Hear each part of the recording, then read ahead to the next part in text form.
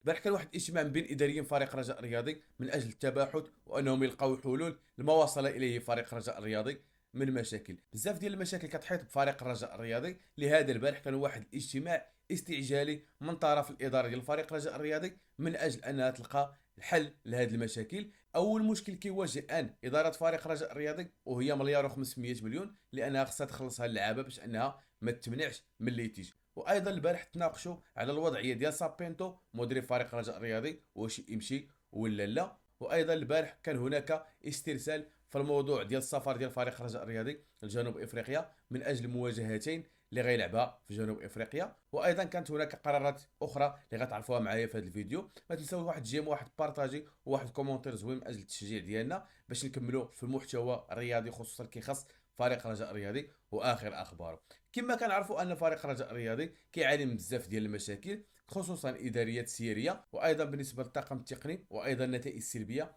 اللي داخل فيها فريق الرجاء الرياضي، دوامه من النتائج السلبيه اللي خلات ضغوطات كبيره على اداره فريق الرجاء الرياضي. كنعرفوا ان فريق الاخضر تحكمات عليه بمليار و500 مليون ديون اللي كيتسالوها اللاعبين اللي فسخوا مع فريق الرجاء الرياضي اللي باقي كيتسالوا مستحقات ديالهم. هذا الشيء هذا اللي غيدفع الاداره ديال فريق الرجاء الرياضي انها تقلب باش انها تفك هذه النزاعات من اجل انها ما تحرمش من الانتقالات الشتويه. كنعرفوا ان الفريق خصو انه يتدعم من بعض اللاعبين بعض المراكز ديال الخصاص اللي شفنا انها ضروري ما تسني اداره فريق الرجاء الرياضي مع لاعبين جداد باش انهم يعطيو واحد الديناميكيه وحيويه لفريق الرجاء الرياضي. الاداره ديال فريق الرجاء الرياضي بالقياده ديال عادل هذا قال البارح باللي اننا بدينا كنتواصلوا مع بعض اللاعبين باش اننا نلقاو معاهم حلول من اجل تسديد مستحقاتهم العالقه على فريق الرجاء الرياضي. وقال انه ان شاء الله غيقدروا انهم يدفعوا هذا مليار و500 مليون قبل الانطلاق ديال الانتقالات الشتويه.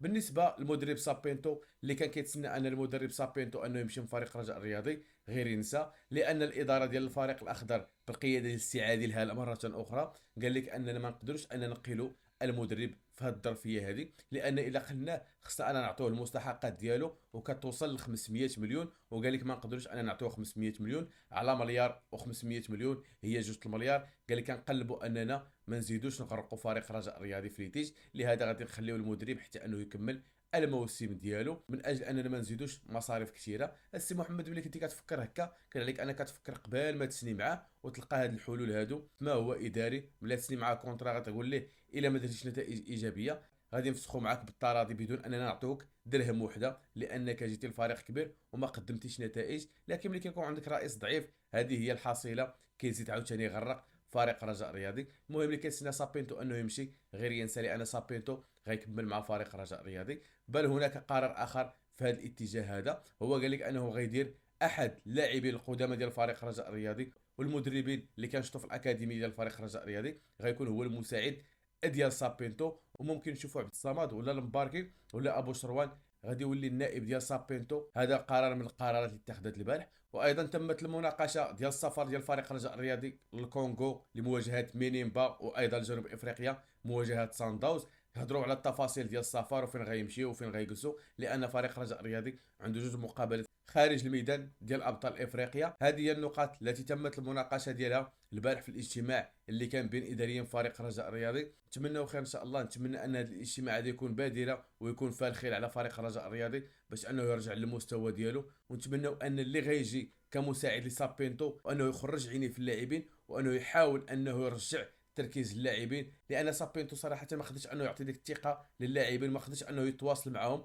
ويحسسهم اشنو باغي منهم بالضبط. نتمنى الى جا احد اللاعبين القدامى ديال فريق الرجاء الرياضي انه يقدر يقرب باللاعبين وانه يخرج منهم 100% من المستوى ديالهم، لان اللاعبين كنظن ان ماشي المستوى ديالهم هذا، كان انا عندهم مستوى اكبر من هذا. فقط خاص شي واحد اللي يقرب منهم ويعرف كيفاش انه يجبد منهم المستوى، يجبد منهم 100% من التركيز ديالهم. نتمنوا خير ان شاء الله من بعد هذا الاجتماع هذا. جوج مقابلات مصيريين خارج الميدان في دوري الابطال ضروري من الانتصار فيهم الا بغينا نبقاو كننافسوا على الحظوظ ديالنا من اجل اننا نتاهلوا للدور الثاني في دوري الابطال من بعد الهزيمه الخايبه بزاف اللي تعرضنا لها في الميدان. كتصبح الامور صعيبه، لكن جوج مقابلات ضروري ان اللاعبين يدخلوا مركزين، الطاقم التقني والاداري ان الكل يدير يد في يد، الجماهير ايضا انها تساعد هاد اللاعبين باش انه يخرجوا من هذه المرحله هذه، باش ان شاء الله نقدروا نفوزوا بهذه الماتشات هذه ونرجعوا الامل من اجل اننا نتاهلوا للدور الاخر من دوري الابطال افريقيا.